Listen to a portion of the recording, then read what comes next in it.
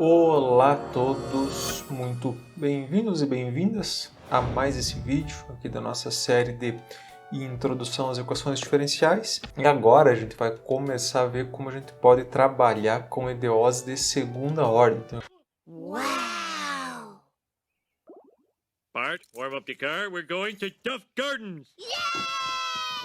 equações que envolvem uma derivada segunda na formulação dela, além da derivada primeira. A gente viu nos vídeos anteriores como a gente pode trabalhar com as equações de primeira ordem, certo? Como a gente pode obter a solução delas, como se comporta a solução dessas equações. E agora a gente vai ver o que muda, né? E tem bastante diferenças, na verdade, aqui, quando eu trabalho com equações de ordens superiores, de ordem maior que 1. Looks like we'll have to go to Duff Gardens another time. We understand. No use complaining about something you can't change. But I want to go to Duff Gardens right now. Então os objetivos do vídeo aqui vão ser, primeiro, definir, né, certinho o que são as EDOs de segunda ordem, diferenciar dois conceitos importantes que vão aparecer agora, que é o conceito de PVI, para o caso do EDO de segunda ordem, e um outro tipo de problema que eu posso ter relacionado aqui, que são os problemas de valor de contorno, que também podem aparecer aqui para o caso de equações de ordem maior que 1. Vamos começar a ver formas de resolução dessas equações, começando com estratégias de redução de ordem, que é basicamente uma maneira de eu transformar uma EDO de ordem maior num sistema de EDOs de primeira ordem e usar aquilo que a gente já viu até então para obter a solução, e também resolver algumas EDOs separáveis, assim como no caso das de primeira ordem, eu tenho casos aqui que eu posso resolver simplesmente por integração direta, né, eu já chego na solução do meu problema. Beleza, então o que é uma EDO de segunda ordem? Assim como no caso das de primeira ordem, a gente pode expressar uma equação de segunda ordem, uma EDO de segunda ordem na forma geral, né, qualquer uma delas, como sendo, né, uma derivada segunda da função em relação a uma variável independente, igual, né, alguma função que dependa da variável independente, da própria variável dependente, e agora da derivada primeira dessa função. Sendo então, né, que a solução aqui também vai ser uma função y, né, variável dependente, em função da independente t aqui nesse exemplo. A diferença para as de primeira ordem, né, que agora eu tenho, obviamente, uma derivada segunda aqui, e essa função eventualmente pode ser função também da derivada primeira. Bom, a gente viu que as EDOs de primeira ordem, elas meio que naturalmente surgem quando eu estou fazendo alguma modelagem que envolva alguma espécie de cinética no meu sistema, alguma variação com o tempo. Então é muito comum aparecer EDOs de primeira ordem quando eu relaciono a taxa de variação daquilo que eu estou analisando com alguma coisa que dependa da própria quantidade que está sendo analisada. Então, como no caso de equações de crescimento populacional, cinética química, né, decaimento, a transferência de calor, é bem comum aparecer EDOs de primeira ordem. E as de segunda ordem, né, só para ilustrar alguns exemplos onde elas costumam aparecer, a gente pode destacar, primeiro, problemas com variação espacial. Então, os problemas que envolvem variação no espaço de alguma coisa, é bem normal eles gerarem EDOs de segunda ordem, ou EDPs, no caso, né, se for mais uma direção de segunda ordem. Principalmente quando esses problemas eles são obtidos por um balanço dentro de um volume de controle que leva em conta taxas de entrada e taxas de saída. Por exemplo, um exemplo bem simples, né? Quando eu avalio, eu imagino que eu pego um volume de controle e avalio a taxa de entrada de energia na forma de calor, por exemplo, e a taxa de saída de energia na forma de calor. Se eu considerar que esse volume de controle seja muito, muito, muito pequeno, né, tendendo a algo infinitesimalmente pequeno, eu posso aproximar a diferença entre a taxa de entrada e a taxa de saída como uma derivada, né, a derivada da taxa em relação ao espaço. Só que a própria taxa de transferência de calor ela já é dada em função da derivada da temperatura. Então, quando eu avalio a derivada da taxa, eu acabo ficando com a derivada segunda da temperatura no meu sistema. Tá? Então, é bem comum, no caso de balanços de energia, concentração, velocidade, aparecerem derivadas segundas, porque eu estou avaliando uma derivada de uma taxa e a taxa já é dada por uma derivada. Sistemas com comportamento oscilatório também é bem normal eles envolver EDOs de segunda ordem. Tá? Então, problemas que envolvem movimento harmônico, alguma coisa assim, normalmente eles vão ser descritos por EDOs de segunda ordem, né? Pêndulos, né? São exemplos bem clássicos aqui.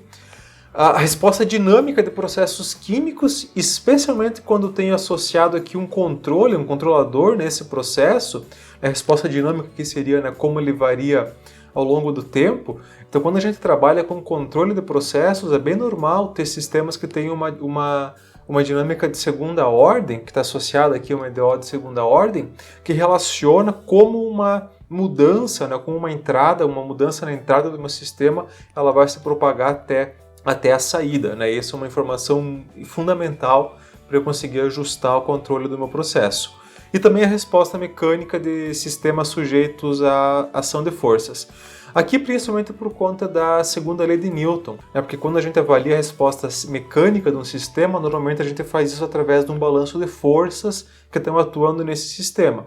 E o somatório das forças, né, a gente sabe que vai ser igual a massa vezes aceleração, mas a aceleração nada mais é do que a derivada segunda da posição com o tempo, né? Velocidade é a derivada primeira, a aceleração é a derivada segunda. Então a aplicação da lei de Newton, né, de um balanço de forças que atuam numa massa, por exemplo, ela normalmente vai gerar uma EDO de segunda ordem para mim avaliar o deslocamento ou a deformação desse material. Aqui só para ilustrar alguns exemplos de problemas físicos que vão gerar EDOs de segunda ordem, então obviamente tem vários outros além desses, mas só para ilustrar alguns aqui.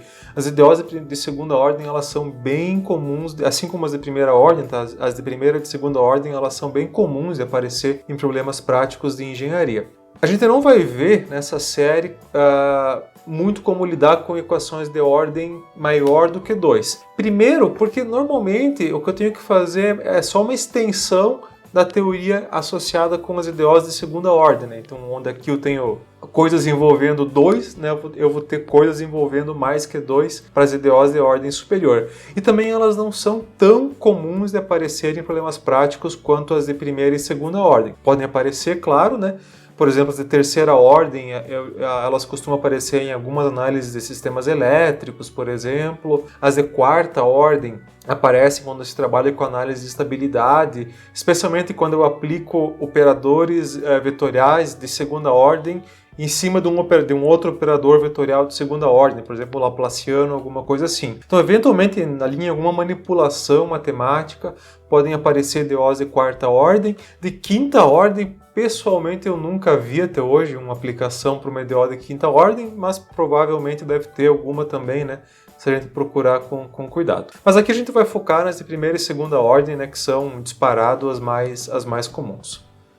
It's become clear, look at me, that if we concentrate all our efforts on Jerry's follow-through, we will solve this problem. I'm Mr. Meeseeks. I'm Mr. Meeseeks, look at me. The only thing that's clear is that choking up is the one true solution. A gente viu no caso das EDOs de primeira ordem que elas vão ter uma solução geral sempre, né? A EDO ela sempre vai ter infinitas soluções. E no caso das de primeira ordem, né, eu vou ter uma constante que vai surgir lá. Se eu pensar numa separável, né, vai ser uma constante de integração, que ela vai surgir e permite que, através da especificação de uma condição inicial, eu posso obter uma solução particular. Agora, para as de segunda ordem, eu posso meio que estender essa lógica. Só que, claro, se para de primeira ordem eu consigo obter a solução por integração direta, as de segunda ordem eu vou precisar integrar duas vezes para conseguir isolar a minha solução. Então, nesse processo de integrar duas vezes, vão surgir duas constantes de integração. Então, para mim ter a solução particular de uma EDO de segunda ordem, eu preciso especificar duas condições conhecidas. Tá? De novo, pensando,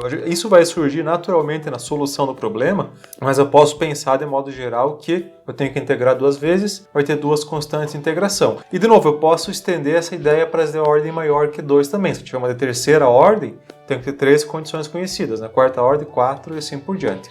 Mas a possibilidade de eu poder especificar duas condições conhecidas leva a uma diferenciação, que é o seguinte: essas condições elas podem ser especificadas no mesmo ponto, No caso, eu teria duas condições iniciais e nesse caso eu vou ter então um problema de valor inicial de segunda ordem, então PVI de segunda ordem, né? Por exemplo, aqui então, uma EDO de segunda ordem e eu vou ter duas condições conhecidas especificadas no mesmo ponto. Aqui no caso, x igual a zero, tá? Mas isso pode ser qualquer ponto conhecido. Mas o que categoriza aqui ser um PVI é que esse valor vai ser o mesmo para as duas condições. E claro, né, se eu especifico o valor dela num ponto, a outra condição não pode ser o valor dela no ponto também. Então tem que ser alguma outra coisa e essa outra coisa vai ser a derivada primeira da função no ponto. Então um PVI sempre vai ser o valor da variável e a taxa de variação dela, né, a derivada primeira, no mesmo ponto. Mas eu também posso ter condições conhecidas em pontos diferentes do meu domínio, né? Especificar um valor para uma condição conhecida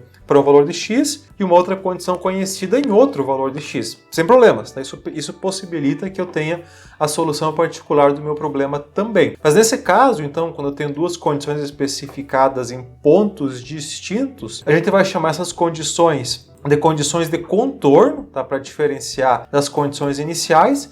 Na prática, essas condições conhecidas, elas sempre vão estabelecer os limites do meu domínio de solução, tá? Por isso elas são chamadas de condições de contorno, porque elas definem, né, o começo e o fim do meu domínio de solução, e vai gerar então um problema de valor de contorno, né, um PVC. Um exemplo então de PVC aqui eu teria a EDO de segunda ordem e duas condições especificadas, uma é para x igual a né, se A aqui sendo um valor qualquer, e outra para x igual a B, né, esse B aqui também sendo um valor qualquer, só a única restrição aqui tá, é que o A tem que ser diferente do B para ser um PVC, e dois valores conhecidos. Não necessariamente precisa ser valores conhecidos, tá? Poderia ser a derivada conhecida num ponto, o valor especificado em outro, uma combinação da função com a derivada dela num ponto, né? Qualquer coisa que envolva valores conhecidos em dois pontos distintos do meu problema. Então, isso vai gerar então um PVC.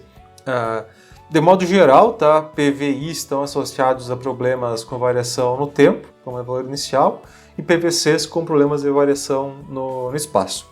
Meio que naturalmente eles vão gerar esses dois casos aqui. Os PVCs eles são um pouquinho mais complicados de serem trabalhados, especialmente no que se refere à garantia de existência e unicidade da solução. Então a gente vai focar um pouco mais agora no começo em PVIs, depois a gente vai falar um pouco mais de PVCs. Bom, antes da gente começar a ver métodos que permitem que a gente obtenha a solução dessas EDOs de segunda ordem, é interessante comentar sobre uma estratégia, uma metodologia aqui que pode ser utilizada, que é a chamada redução de ordem. O que essa redução de ordem implica para mim? Qualquer EDO de ordem n pode ser transformado em um sistema de n EDOs de primeira ordem. Então, esse é um conceito básico aqui de equações diferenciais. Eu sempre posso reduzir a ordem da minha equação diferencial criando uma equação diferencial de primeira ordem adicional. Deixa eu ilustrar como a gente pode fazer isso. É simplesmente uma questão de mudança de variável aqui. Então, imagina que eu tenho essa EDO de terceira ordem aqui, então que envolve a derivada terceira, a derivada segunda, a derivada primeira e a própria função. Então eu vou definir uma variável adicional u aqui como sendo igual à derivada primeira da função y em relação a x. O que acontece se eu derivar essa expressão aqui dos dois lados em relação a x? Vai ficar a derivada segunda de y em relação a x igual à derivada primeira de u em relação a x. Ou seja, eu posso transformar essa derivada segunda que eu tenho aqui em relação a y em uma derivada primeira em relação a u. E eu posso ainda definir uma outra variável adicional v como sendo a derivada primeira dessa u em relação a x. E mesma lógica, então, se eu derivar dos dois lados em relação a x, a derivada segunda de u vai ser igual à derivada primeira de v. Mas como o u já é a derivada primeira do y, né, isso seria equivalente a eu dizer que a derivada terceira da y é igual à derivada primeira da v. Então eu posso transformar essa derivada terceira aqui numa derivada primeira dessa minha outra variável v, e eu posso reescrever então a minha equação nesse formato. Então, a derivada terceira da y vira a derivada primeira da v. Aqui a derivada segunda da y eu poderia escrever como sendo derivada a du dx ou como a v. As duas são iguais, então tanto faz. Eu estou escrevendo aqui como uma v simplesmente para que eu tenha só uma derivada em cada uma das equações. Tá? É só uma questão prática aqui que eu já vou explicar melhor o porquê. mais então a y vezes a u, né, que é a derivada primeira da y em relação a x, igual, né, a 3y que eu tinha lá. Essas definições que eu criei aqui, eu posso interpretar elas como equações adicionais que eu criei. Essa aqui é uma EDO de primeira ordem, essa aqui é uma EDO de primeira ordem e essa aqui é uma EDO de primeira ordem. Olhando assim, a gente não, com o que a gente viu, a gente não consegue resolver elas até então. Mas, nesse formato, eu consigo resolver a minha equação por métodos numéricos. Tá? Isso é muito importante. Por quê? Porque os métodos numéricos, para PVIs, eles sempre resolvem sistemas de EDOs de primeira ordem. Então, os métodos de Range-Kutta, Euler e tal, né, os métodos padrões de PVIs, eles não podem ser aplicados em EDOs de ordem maior que 1, mas eles podem ser aplicados em sistemas de primeira ordem. Então, se eu quiser resolver essa equação aqui utilizando os métodos de Range-Kutta, a primeira coisa que eu tenho que fazer é transformar ela num sistema de EDOs de primeira ordem. Então, isso aqui pode ser útil para obter a solução analítica também, mas é muito, muito, muito importante para a obtenção da solução numérica. A gente não vai entrar em detalhes aqui sobre métodos numéricos, tá? Mas fica aí a dica. Em alguns casos, com um pouco de sorte, eu consigo separar essas equações e resolver elas separadamente. Tá? Então, eu posso até usar esse método para obter a solução analítica também. Deixa eu ilustrar isso aqui com um exemplo. Então, imagina que eu tenho esse EDO de segunda ordem aqui. Vou definir, então, uma variável adicional aqui, u, né, igual a dy dx, né, como a gente fez antes. De modo, então, né, que essa minha EDO de segunda ordem, eu posso escrever ela como sendo a derivada segunda aqui igual a derivada primeira da minha variável adicional, mais a própria variável igual a 3x. Isso aqui é uma EDO de primeira ordem linear, que a gente já viu como resolver utilizando o fator integrante. Então, essa equação aqui, beleza, a gente pode resolver ela por fator integrante e obter essa minha variável auxiliar u aqui no processo. Claro, a minha equação ela é dada em função de y, então a u ela é só uma variável adicional que eu criei que não tem significado físico. Mas eu posso agora então pegar essa expressão que eu obtive, jogar aqui nessa definição, integrar dos dois lados em relação a x e obter a solução então da minha equação diferencial, né?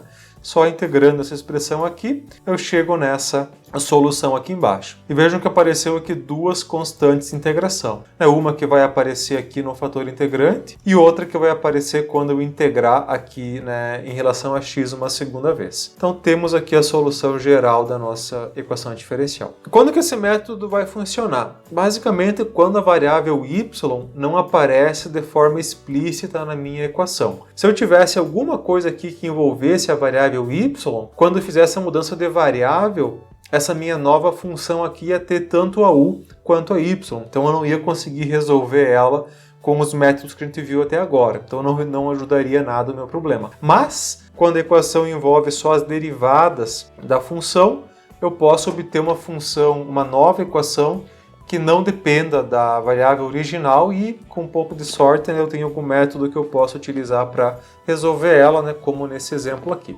A gente vai ver diferentes métodos agora ao longo dos próximos vídeos para resolver equações ou similares ou parecidas com essa. E aqui, especialmente para as de segunda ordem, é bem normal eu ter mais de uma ferramenta que eu possa utilizar para obter a solução. Obviamente todas elas, né, se bem aplicadas, vão dar o mesmo resultado. Normalmente vai ter alguma que é mais fácil, alguma que dá um pouco mais de trabalho, né, mas sempre existem opções aí que ficam em aberto, né, o que é muito bom, porque a gente pode resolver, né, por dois métodos para conferir se está tudo certo.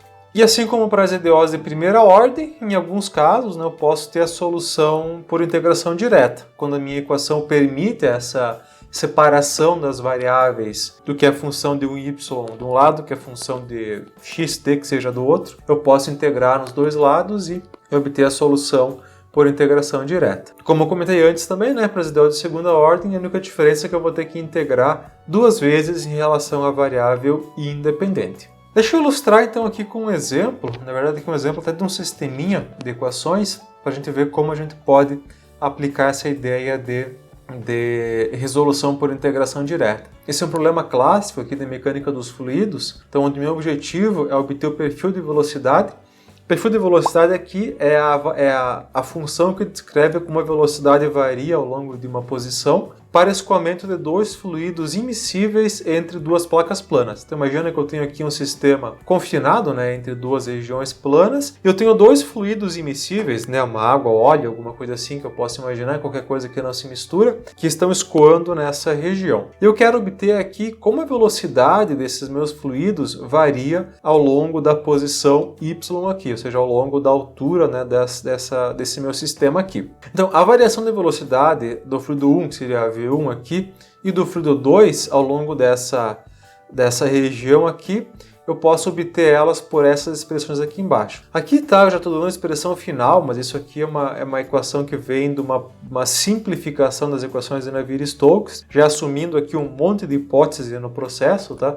Só tô como a ideia aqui não é obter a equação, só mostrar como a gente resolve, tá? Mas qualquer livro de mecânica dos fluidos mostra certinho como chegar nessa equação aqui. Esse é um problema clássico chamado de escoamento de Poiseuille, ou Hagen-Poiseuille, no caso aqui de duas camadas, né, porque eu tenho dois fluidos, mas é escoamento entre duas placas planas. E eu vou ter então essa dp dx aqui, que representa a derivada da pressão ao longo da posição x, que ela é basicamente a força motriz do meu escoamento. Não tem que ter alguma coisa que esteja causando o escoamento, afinal de contas. Eu estou assumindo aqui que nesse meu caso tem um gradiente de pressão, é uma força que impulsiona o meu fluido, e eu vou assumir ela aqui como sendo constante. Pode ser uma bomba, alguma coisa assim que esteja impulsionando o meu sistema. E aparece aqui duas constantes, μ1 e μ2, que é a viscosidade dos dois fluidos. Beleza. E como condições de contorno, aqui eu tenho então duas equações. Quando eu integrar, cada uma delas vai gerar duas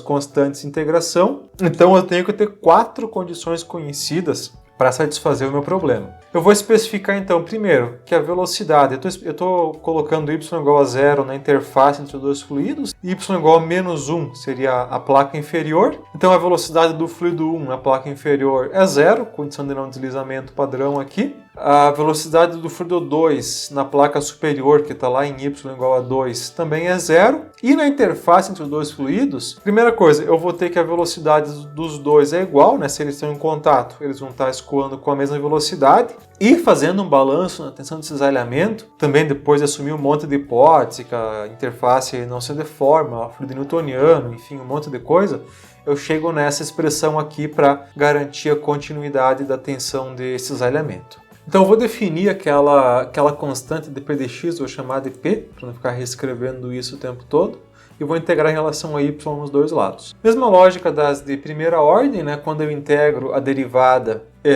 em relação à mesma variável que eu estou derivando, no caso a derivada segunda, vai sobrar a derivada primeira, aqui né, a constante P vezes y, e vou juntar as constantes de integração aqui nessa C11. Eu vou indicar aqui como C11 para lembrar que é a constante C1 da equação 1, tá? Para a gente não confundir as coisas aqui. É a mesma coisa aqui para a equação 2, né? Para a camada 2. Então, a derivada primeira aqui, C1, 2, né? Para indicar cada camada 2. E integrando novamente, né? Passando aqui, depois passar a viscosidade dividindo, eu vou chegar nessa equação parabólica aqui, né? Que é o perfil parabólico normal aqui para esse tipo de escoamento, né? E vejam que surgiu agora mais duas constantes aqui, né? Uma C2,1, uma C2,2. Muito bem, agora que eu preciso então é aplicar as condições de contorno para achar essas 4 constantes aqui. Eu tenho 4 condições, tenho 4 constantes, tenho como calcular o valor delas. Vamos começar, tanto faz aqui qual a gente quer aplicar primeiro, mas normalmente é mais fácil começar pelas que envolvem y igual a 0, porque meio que já corta um monte de coisa no processo. Então eu vou começar aplicando essas que envolvem a tensão na interface, que é basicamente isso aqui, né? Estou dizendo que isso aqui, avaliado em 0, é igual a isso aqui avaliado em 0. Então, né, C11 vai ter que ser igual a C12. Beleza. A segunda condição é a própria função, né, velocidade nos dois lados, as duas velocidades em 0 tem que ser iguais. Então, quando eu colocar 0 aqui, né, esse cara desaparece, aqui desaparece, vou chegar aqui a essa função. Essa constante tem que ser igual a essa. Beleza, então no final das contas eu tenho só duas constantes para determinar. E para obter essas duas constantes, então, vou aplicar as condições de não deslizamento nas duas paredes. Tanto faz aqui de novo a ordem, tá? Então, aplicando aquela em y igual a menos 1, sobra isso aqui. Aplicando aquela em y igual a 2, sobra isso aqui. Agora eu tenho então um sistema de duas equações e duas variáveis, né? Lembrando que essas duas são iguais e essas duas são iguais. Eu posso resolver então esse sistema linear para encontrar essas duas variáveis, tá? Vou deixar aqui como um exercício para vocês encontrarem essa equação aqui, né? Mas é só uma manipulação, né? Posso, sei lá, por exemplo, multiplicar isso aqui por 2 e somar com essa, qualquer coisa aqui que eu quero utilizar para achar a solução do sistema linear, bem tranquilinho aqui. No final, após eu juntar todo mundo, colocar em evidência algumas coisas, eu chego nesses dois perfis de velocidade aqui. Então essa seria a minha C1, né? Essa aqui é a minha C2, e eu tenho o termo de quadrático aqui em cima, aqui também, né? Que já estava aqui na minha equação. Então essas duas funções aqui descrevem para mim como varia o perfil de velocidade do meu fluido nessas duas camadas. Só para ilustrar aqui, fiz um gráfico, então jogando aqui alguns valores meio aleatórios para viscosidade e para o gradiente de pressão, eu chego nesse perfil, né, que é o perfil padrão aqui do escoamento entre duas placas planas. Aqui eu fiz algumas hipóteses, assumindo, né, que o meu sistema está em velocidade baixa e tal, não vai ter deformação da interface, porque esse sistema ele pode rapidamente ficar extremamente complexo, especialmente quando eu tenho uma diferença da velocidade perto da interface muito grande. Se as camadas estão escoando com uma velocidade, com uma diferença de velocidade entre elas relativamente alta, isso acaba gerando perturbações na interface, e essas perturbações podem levar a uma perca de instabilidade do sistema, né? É um processo muito bonito que a gente chama de instabilidade de Kelvin-Helmholtz, que é um fenômeno que gera algumas ondulações e tal na interface do meu fluido, né? E é observado aí em diversos sistemas físicos bem comumente. Isso aí, então, vimos aqui uma visão bem geral, tá? Que a gente não entrou muito em detalhes sobre a parte mais teórica das equações de segunda ordem, mas que eu queria ilustrar nesse vídeo, primeiro a diferença de PVs e PVCs, e também definir o processo de redução de ordem e resolução por integração direta, né, EDOs separáveis, que vai ser útil aqui também em muitos casos. Isso aí, então, próximo vídeo vamos começar a investigar um pouco mais com detalhes o que são essas EDOs de segunda ordem, e como a gente pode entender melhor como elas se comportam. Até o próximo vídeo. Tchau, tchau.